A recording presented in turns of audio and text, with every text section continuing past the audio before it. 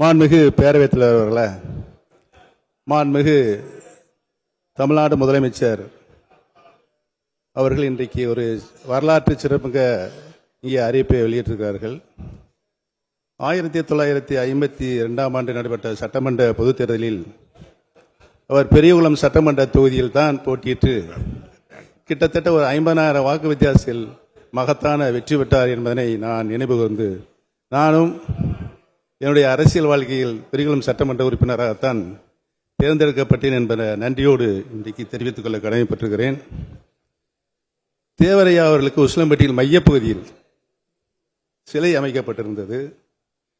தேவரையாவுக்கு உடன் பிறந்த சகோதரராக PK முக்கிய தேவர் அவர்கள் விளங்கி அனைத்து நிலைகளுக்கும் அவருக்கு ஆதரவு தந்தவர் திரு முக்கிய தேவர் ஐயா அவர்கள். அந்த நிலையை நான் எண்ணி பார்த்துதான் உசிலம்பட்டியில் முக்கிய தேவர் ஐயா அவர்களுக்கு ஒரு சிலை வைப்பதற்கு ஏற்பாடு செய்தேன். அதோடு மட்டுமல்லாமல் 3 கல்லூரிகளை, கலைக்கல்லூரிகளை மாண்புமிகு முன்னாள் முதலமைச்சர் கலைஞர் அவர்கள்தான் சமுதாய மக்களுக்காக, பின்தங்கிய சமுதாய மக்களுக்காக ஏற்படுத்தி தந்தார் என்பதையும்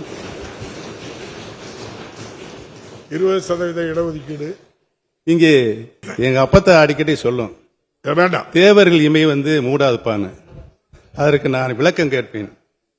அப்பத்தாங்கிறது தந்தை வழிபாட்டியைத்தான் நாங்கள் அப்பத்தா என்று அழைப்போம். கேட்கும்போது எங்கள் அப்பா தான் சொல்லும், நம்ம காரங்க நாட்டை காப்பதற்கு இமை மூடாமல் காப்பார்கள் என்ற அடிப்படையில் தான் தேவர்கள் இமை மூடாது என்று எங்கள் அப்பா தான் சொல்ல நான் கேட்டிருக்கிறேன். ஆகவே சிறப்பு வாய்ந்த முக்கிய தேவர்களுக்கு சிலை, மணிமண்டபம், சிலையோடு கூடிய மணிமண்டபம் அமைக்க வேண்டும் என்று நான் மாண்புமிகு முதலமைச்சர் அவர்களை அன்போடு கேட்டுக்கொள்கிறேன்.